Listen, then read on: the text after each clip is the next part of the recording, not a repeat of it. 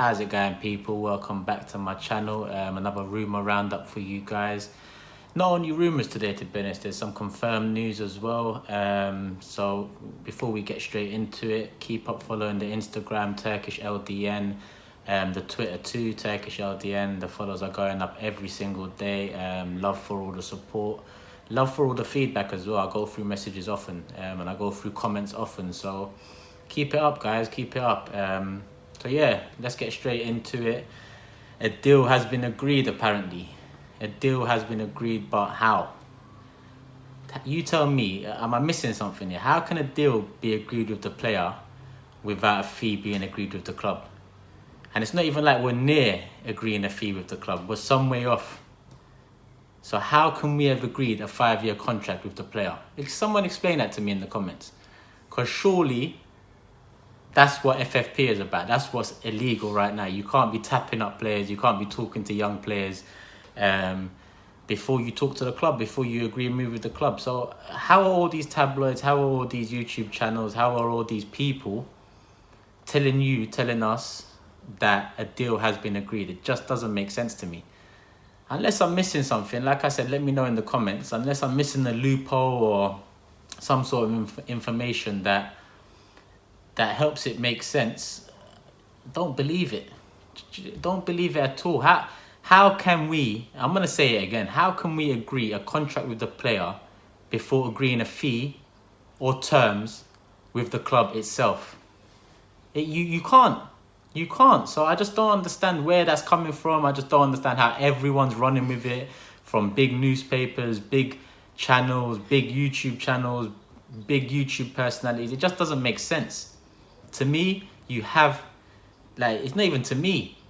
It's common knowledge that you have to agree terms with a team first. You can't even talk to a player before agreeing terms. And yes, there's special circumstances where it's coming up to maybe deadline day and you're locked in negotiations with a club, and it'll make sense then to agree terms with the player. So if them negotiations are a success, then the transfer is done more imminently in time for deadline day. But right now, we're so far off the end of the transfer window. Explain to me why St Etienne would allow us to talk to Saliba and agree a contract before we've even agreed anything with them. Someone explain to me. I feel like I've spent far too long on this rumour. Don't get me wrong, I do believe we are linked with him. I believe we are some way off in terms of value. People are saying it's St Etienne wanting back for the season on loan. I don't think that's a big stopgap for us. I feel like St Etienne will take the money regardless. So I believe it's the value of the player that's being negotiated right now. I don't believe we've talked to the player in terms of a 5-year contract yet, or agreed anything yet. But he does look good. He does look good. Let's get into the player a bit. He's a young centre-back, just turned 18 a few months ago, I think in March. So very young, very raw, but has shown some great potential over there in France. I don't watch much French football, but he has been a shining star this year in the league, especially in terms of young talent. He's got the physique for a centre-back. He's tall. I think he's as tall as Van Dijk is. He's composed on the ball. Exactly what you need from a modern-day defender, the physique and the composure on the ball. If you can couple them up to great effect, then you've got a world-class centre-back on your hands. But like I said, 18 years of age, very young, very raw, still a lot learning to do, still a lot more experience to gain. So we'll see with him. We'll see. Even if we get him, we don't know yet if he's going to be the level we require, or if he even reach the level we require or need at Arsenal Football Club to move us forward. But in terms of potential, he's definitely got good potential. One thing that worries me with that is not many clubs are in for him. Not many clubs are in for him. And in terms of centre-backs, there's a shortage of good quality centre-backs across world football. A lot of big teams need centre-backs. Like, even if you look around this league right now, I think Man City are out for a centre-back. Man United are probably out for a centre-back or two. Tottenham will probably be out for a centre-back in the next year or so, depending on Alderweireld's contract and what happens over there. Chelsea, I'm sure they're always in for a centre-back right now, even though they got a transfer ban. And that leaves Liverpool, who are probably happy with their options. They got a young Gomez coming through. They got Matip as backup, who's done very well this past season.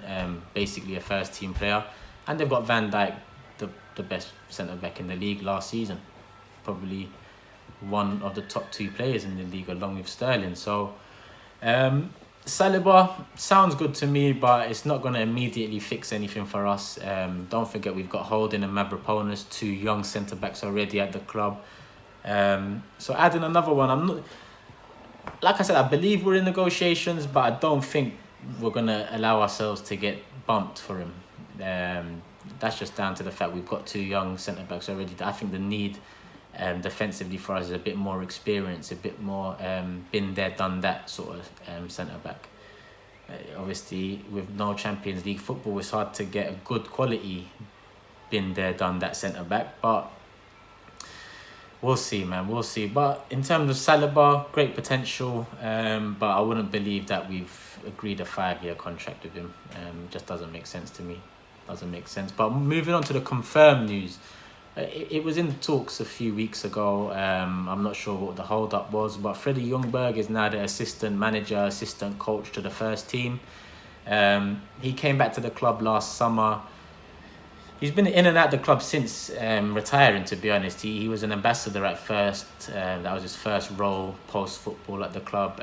He went off to Wolfsburg. It didn't really work out for him there as assistant. I think it only lasted about 6 months for him. Came back, he's done under 15s at us, he's done under 23s last season, and in all honesty, it looks like Emery had this in plan, or someone at Arsenal Football Club had this in the plans from last season, because we brought him back last summer, we gave him the under 23s, it looks like we gave Steve Bold a season with the new manager.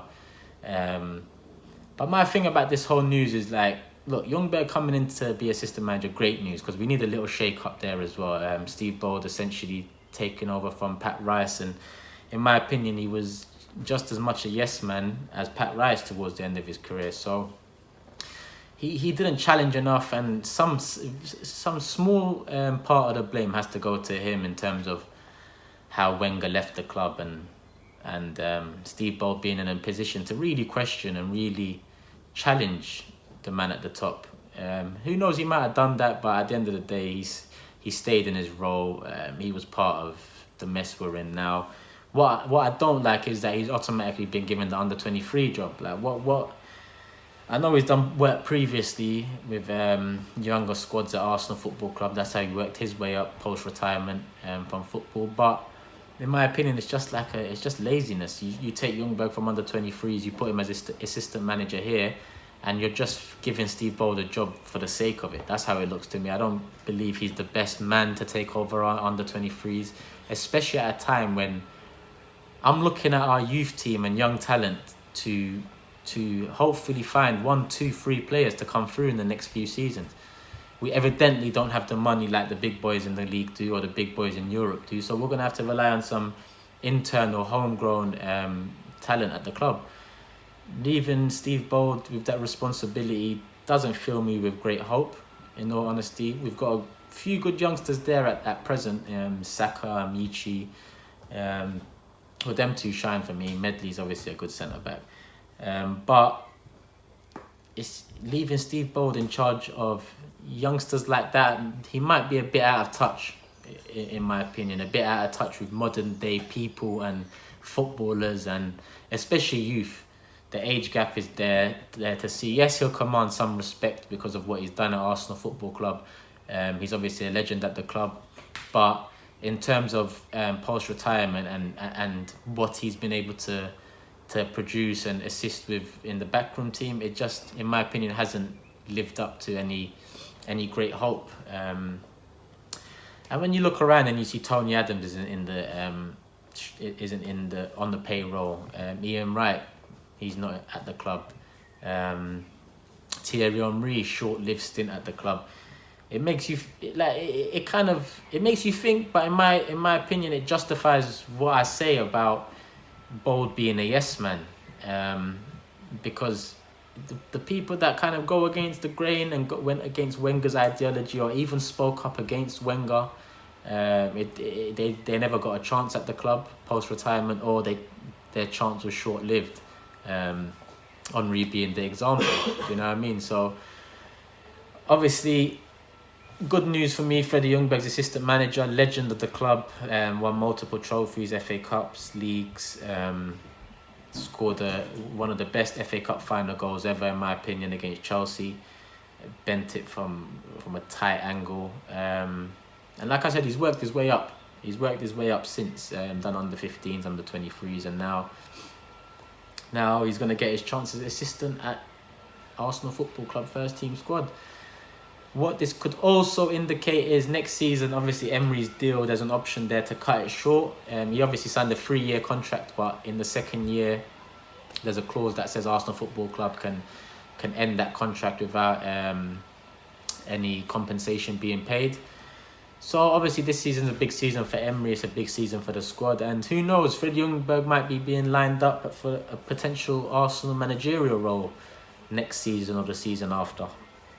I've always thought that the next manager after Wenger would be a stopgap, would be someone that brings back structure, brings back some mental stability, brings back some sort of identity before another manager can take us further and really build on what Emery's done post-Wenger.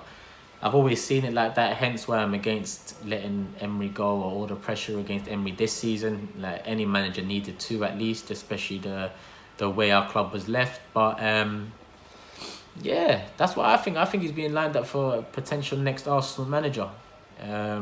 Potentially next season, if not the season after that. Obviously, I'd like a nice successful year where Emery gets Champions League football this coming season. If that's the case, he will stay the full 3 years, potentially longer, if he can further build on that.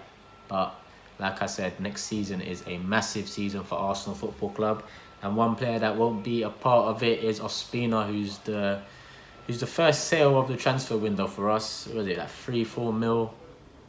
I'm sure we could have got more last summer, but you know how Arsenal do.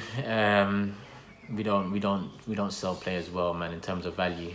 Yeah, Ospina's a good keeper, let's be honest. So 4 mil, even with a year left on his contract, I'm sure we could have got more than that, but it is what it is. We've got Martinez, who can do the backup job. I mentioned Martinez on Twitter a few months ago, saying that I only want him to play FA Cup and League Cup.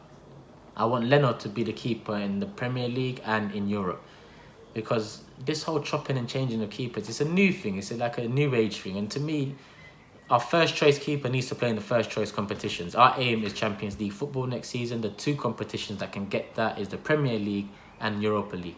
Leno has to start in both them competitions. Martinez, yes, coming off a I won't say great spell, but a good spell in the Championship or League One. I forgot where he was, but he kind of built affinity with the fans there. They loved him towards the end.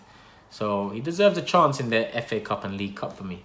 He deserves a chance in them competitions. If it doesn't work out, then it doesn't work out. Emergency keeper, if Leno gets injured, no more sentiment, none of that at Arsenal Football Club. Yes, he had a decent season last season, but he needs to do the job of a backup keeper this season and wait for his opportunity in the big competitions if it comes. And if it comes, take it. Like, if it comes and he plays well and he's making saves and then Leno's fit again, I'm all for keeping the keeper that's on form, keeping the keeper that's showing his potential in goal. Do you know what I mean? But Leno done his thing last season for me in terms of climatising to the league and showing something in the heap of mess that we was at times last season. It was difficult for anyone to really show anything, but a few players did come out with some better ratings than others, and Leno is definitely one of them. So yeah, that's my opinion on him. I think Leno needs to be the first choice keeper in the Europa League and the Premier League next season. Definitely. But yeah, Ospina's gone. Hopefully that's the start of an exodus at Arsenal Football Club. Mustafi needs to go next. Mkhitaryan needs to go next. Yeah, them two first and foremost. Them two. I keep on saying it, but I just need to wake up to hear or just see on my phone Sky Sports saying Mustafi talks with who cares? Mustafi talks with someone, Mkhitaryan talks with someone, one or the other, ASAP, and then we can focus on moving the one that hasn't moved yet, because them two are really not good enough quality wise, and holding us back structurally in terms of wages. So hopefully Arsenal fans, we hear some good news regarding them two names in the next couple of weeks. But yeah, let me know what you think in the comments below. Saliba, I've asked, am I missing something here? Can we agree a contract with him before agreeing terms of the club? You lot let me know, because like I said, I might be missing something. Freddie Ljungberg as assistant manager. I got a lot of young fans, a lot of young subscribers following my channel. You might not be familiar with him, but he's definitely an Arsenal legend.